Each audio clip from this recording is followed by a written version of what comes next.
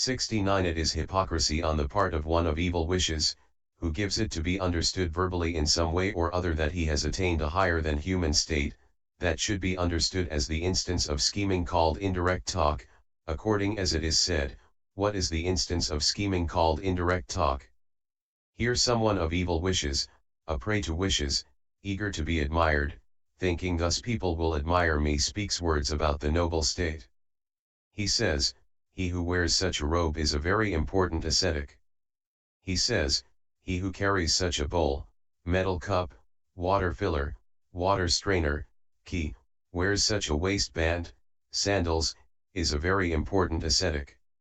He says, he who has such a preceptor, teacher, who has the same preceptor, who has the same teacher, who has such a friend, associate, intimate, companion, he who lives in such a monastery, lean-to, mansion, villa 22 cave, grotto, hut, pavilion, watchtower, hall, barn, meeting hall, 26 room, at such a tree root, is a very important ascetic.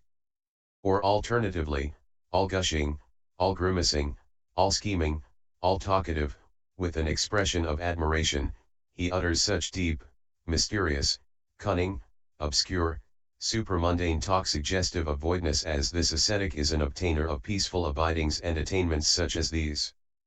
Such grimacing, grimacery, scheming, schemery, schemedness, is known as the instance of scheming called indirect talk, Nid I 226-27. 70 It is hypocrisy on the part of one of evil wishes, which takes the form of deportment influenced by eagerness to be admired, that should be understood as the instance of scheming dependent on deportment, according as it is said. What is the instance of scheming called deportment? Here someone of evil wishes, a prey to wishes, eager to be admired, thinking thus people will admire me, composes his way of walking, composes his way of lying down, he walks studiedly, stands studiedly, sits studiedly, lies down studiedly, he walks as though concentrated, stands, sits, lies down as though concentrated, and he is one who meditates in public. Such disposing, posing, composing, of deportment, grimacing, grimacery, scheming, schemery, schemedness, is known as the instance of scheming called deportment, Nid I 225-26. 71 Herein, the words by what is called rejection of requisites, 61, mean, by what is called thus rejection of requisites, or they mean, by means of the rejection of requisites that is so called. By indirect talk means, by talking near to the subject. Of deportment means, of the four modes of deportment, postures. Disposing is initial posing, or careful posing. Posing is the manner of posing. Composing is prearranging, assuming a trust-inspiring attitude, is what is meant. Grimacing is making grimaces by showing great intenseness, facial contraction is what is meant. One who has the habit of making grimaces is a grimacer. The grimacer state is grimacery. Scheming is hypocrisy. The way, ayana, of a schemer, kaha, is schemery, kahayana. The state of what is schemed is schemedness. 72 In the description of talking, talking at is talking thus on seeing people coming to the monastery. What have you come for, good people? What, to invite bhikkhus? If it is that, then go along and I shall come later with my bowl, etc. Or alternatively, talking at is talking by advertising oneself thus, I am Tissa, the king trusts me, such and such king's ministers trust me. 27 Talking is the same kind of talking on being asked a question. Talking round is roundly talking by one who is afraid of householders' displeasure because he has given occasion for it. Talking up is talking by extolling people thus, he is a great landowner, a great ship owner, a great lord of giving.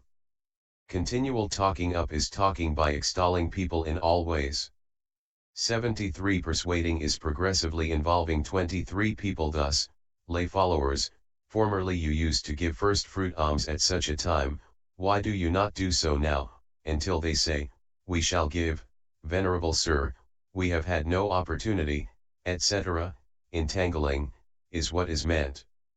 Or alternatively, seeing someone with sugar cane in his hand, he asks, "Where are you coming from, lay follower?" "From the sugar cane field, Venerable Sir. Is the sugar cane sweet there?" "One can find out by eating, Venerable Sir. It is not allowed, lay follower, for bhikkhus to say, 'Give me some sugar cane.'"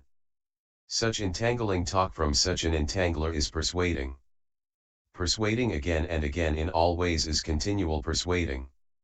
74. Suggesting is insinuating by specifying thus, "That family alone understands me, if there is anything to be given there, they give it to me only," pointing to, is what is meant.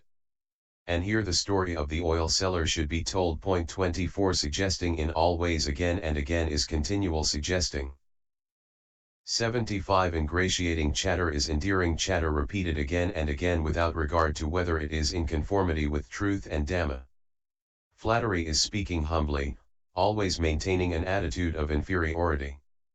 Bean soupery is resemblance to bean soup, for just as when beans are being cooked only a few do not get cooked, the rest get cooked, so too the person in whose speech only a little is true, the rest being false, is called a bean soup. His state is bean soupery.